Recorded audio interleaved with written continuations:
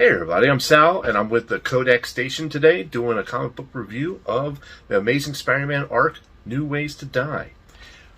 This arc actually covers 6 issues from Amazing Spider-Man 568, let me check my notes, 568 to 573. I'll show those covers for you on the video here. There's some nice alternate covers we can get into. This is a quick interlude to show you the covers from 568 to 573. I've also included some of the variant covers that are fun to see and slab worthy, if you ask my opinion. But these are all the covers that cover the story arc of Amazing Spider-Man New Ways to Die.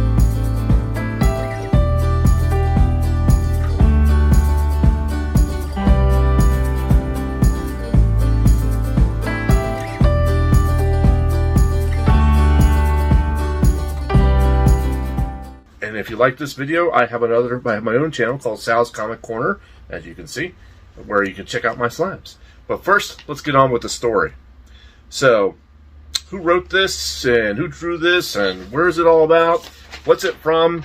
This is story arc is mostly written by Dan Slott, and it has some other featured authors, but those are, few and far in between. It's mostly drawn by John Romita Jr., and the artist is Adi Gavinoff. Sorry if I messed that up. Anyhow, those are the primary people on the issues. A lot of the alternate covers may have different artists. The inker throughout the whole arc is going to be Klaus Jensen. The colorist is going to be Dean White. The letterer is going to be Corey Pettit. And the editor and editor-in-chief is Stephen Wacker and Joe Quesada. So, on with the story. What's the story about? Let me show you the book title. Apologize, stand by. Here we are. This is the cover issue, you might say. New Ways to Die. So what's this open up? What's the start with? What's the story about? Well, we open up to a quick recap of Spider-Man and how he gets his powers and what's going on with him at this current stage. He's no longer working for the Bugle. It's been taken over by some other type of owner, and it's been turned into like a tabloid type of rag. So he doesn't sell the pictures anymore to the Daily Bugle. So he's trying to figure out how to pay for his webbing, of course, as usual, typical Peter Parker stuff. So during this opening, he fights a new type of goblin ripoff. And I say ripoff because you'll see later in the story that he is called a ripoff.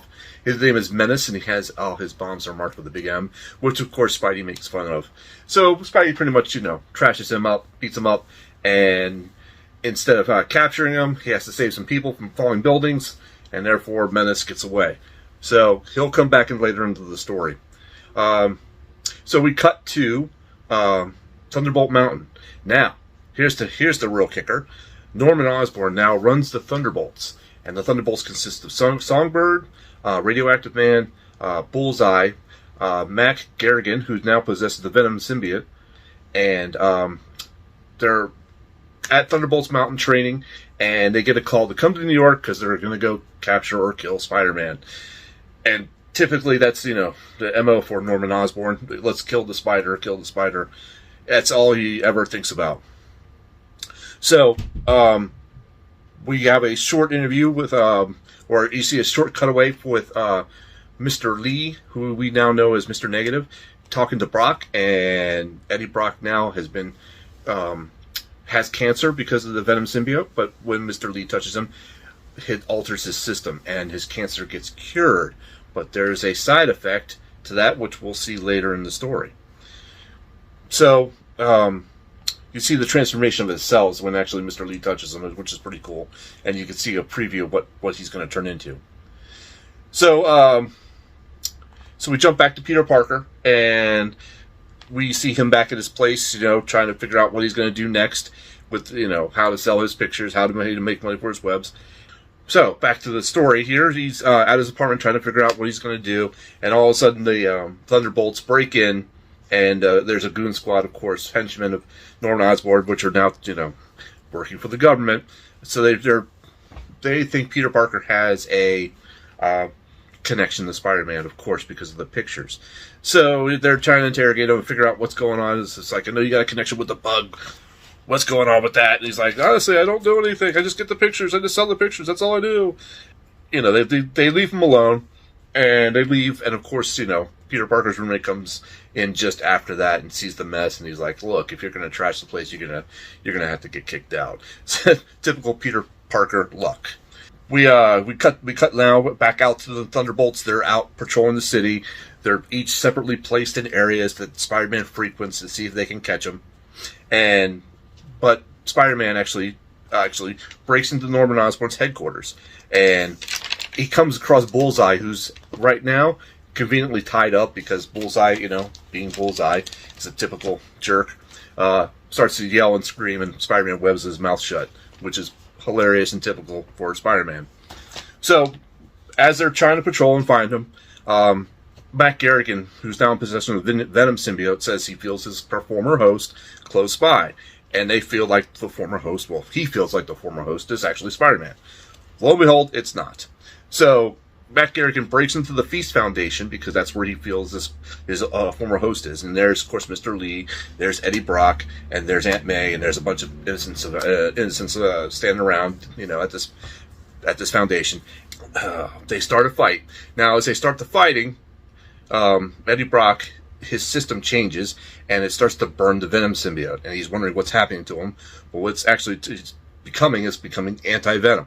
So whenever he touches the Venom symbiote, he starts to burn it. And now, I'm going to call him anti-Venom.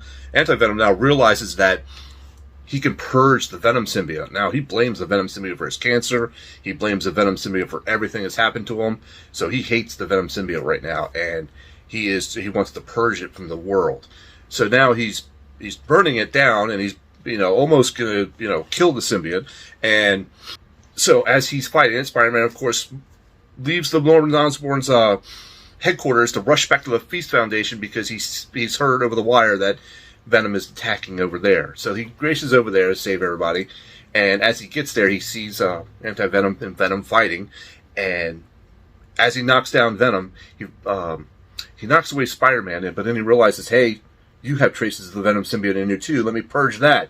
And he starts to purge him, and he's like, hey, your blood is radiated too. I can cure that as well, because I can cure everything. And he starts to do that, but of course this starts to negate Spider-Man's powers. And he kind of pushes him away and says, no, don't do this. I don't want that to happen. So we cut back. So Norman Osborn now comes to the scene. Songbird showing up. All the rest of the Thunderbolts are showing up. And Norman Osborn's at the roof top nearby, and of course Menace starts attacking him because Menace feels that, you know, Norman Osborn's out to take over the city, wants to knock him out, take care of him, and, you know, Norman Osborn's like, well, I just want to kill Spider-Man, leave me alone. He goes, but nice rip-off of my Goblin gear. He goes, you know, starts accessing the Goblin gear and saying secret codes that only work for Norman Osborn, and of course start blowing up his glider that Menace is working on. So Menace leaves the situation here because he realizes that Norman Osborn only wants to kill the Spider-Man and doesn't want to take over the city. So Menace just leaves. So the T-Bolts now have now arrived on the scene, and they swoop in. They take Mac out of the situation. Mac Garrigan, he's like half dead. The Venom symbiote looks like it's destroyed, but there's still traces of it left. And Songbird takes on Spider-Man, and as Spidey's realizing that Anti-Venom negates his powers, he's trying to get away from him so that he can fight Songbird easier. So now during this fight, Matt Garrigan's taken off on the helicarrier or escape vehicle that the Thunderbolts are using. I'm not even sure what that's called anymore. But as they exit, Spider-Man exits as well because he needs to get away from Anti-Venom. Anti-Venom's suit, or his symbiote, I'll call it, works very similar. He can disguise himself as another person, and he does that. And he gets away from the situation.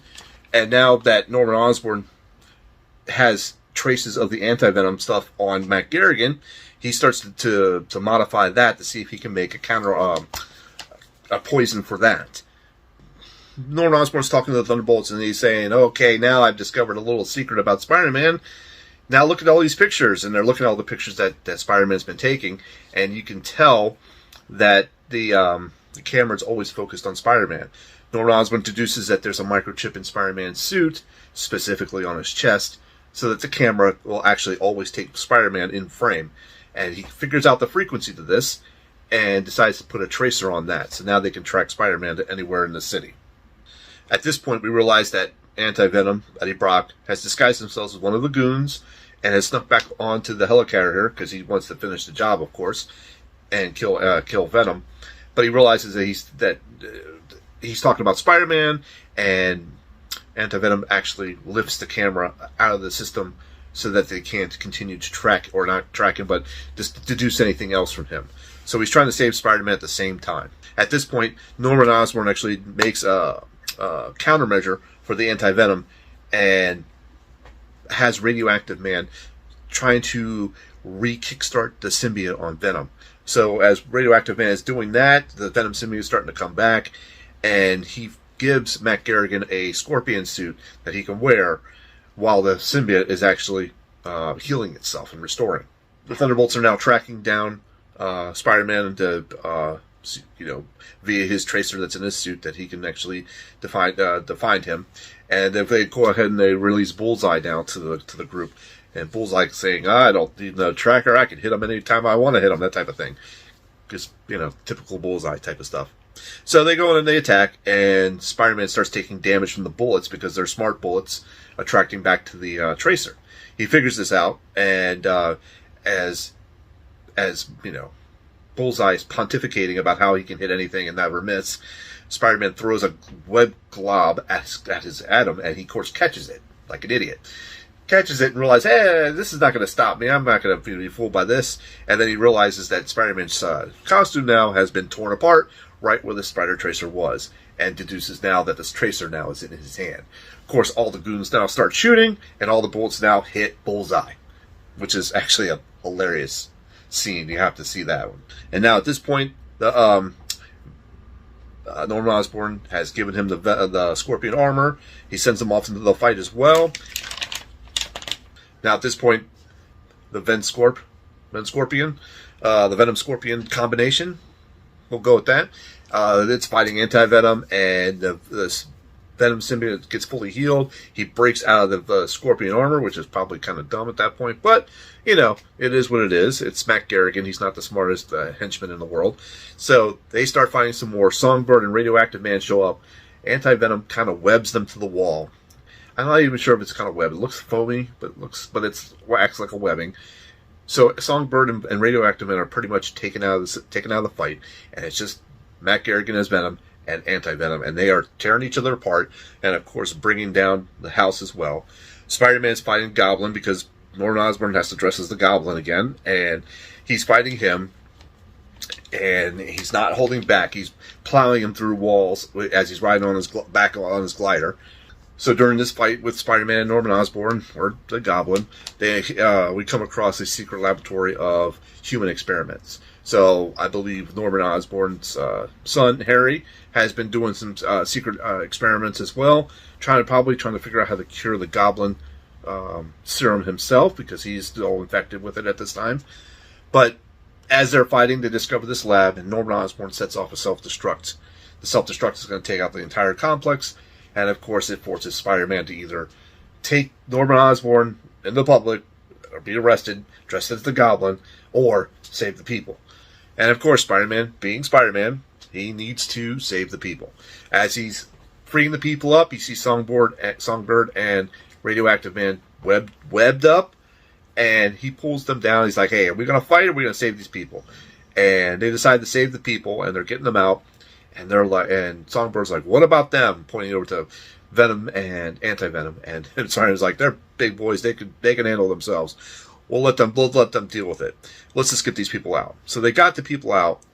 And interesting fact here, the Venom symbiote, as they're fighting Anti-Venom, he has that new poison from Norman Osborn, who's developed a countermeasure, you might say, for Anti-Venom. And as he's killing Eddie Brock, the symbiote itself is like stopping Matt Garrigan from killing Brock, because at some level the symbiote still loves Brock and does not want to kill him, and physically stops him from killing Brock. So at that point, he kind of escapes and gets out of there. Songbird, like I said, Songbird and Radioactive Man get the people out, and Songbird kind of lets him go. It says, it's too bad you were crushed in the rubble, and let Spider-Man escape. So here at the end, we see a little recap. The Feast Foundation place reopens up. They have a ton of people there. Of course, Aunt May is there. Mr. Lee is acting kind of funky because the Mr. Negative personality is starting to come out more and more. So he's getting aggravated or bitter with a lot of people, and you can see this character development here. So that's going to lead down to a later story down the road. Now the story closes with Brock, and he's disguising himself as something else now, and he realizes, that he is the cure to the Venom symbiote plague problem that's happening in the world, and he, decides that he's going to be the cure. And that's where we end. So the tagline to this story arc that Norman Osborn actually says, he goes, for every person you save, there's a million new ways to die, which is an amazing tagline. The story itself, not bad. I kind of like it. I kind of like the introduction of Anti-Venom. Norman Osborn is typical Norman Osborn, and I would actually give it probably a 7.5 to 8 out of 10 for this story. I like it. I'm not running out to reread it, but it was still enjoyable. And if you can, I would highly suggest you get it on electronic, like digital, like I did. It's only like $6, and you can read it as many times as you like. So there you have it. There's my review. Thank you much for sticking around for this long review. Sorry about that. I'll see if I can trim some time down on that. If you like my video, please like and subscribe. They're the Codex Station. Please check them out because they're a great podcast to follow. We talk about comic books. We talk about Character of the Week. We do a lot of good things. And if you like my videos, you can find me at Sal's Comic Corner. And I have a bunch of videos up about my slabs and stuff like that. Thank you very much. Have a great day, guys.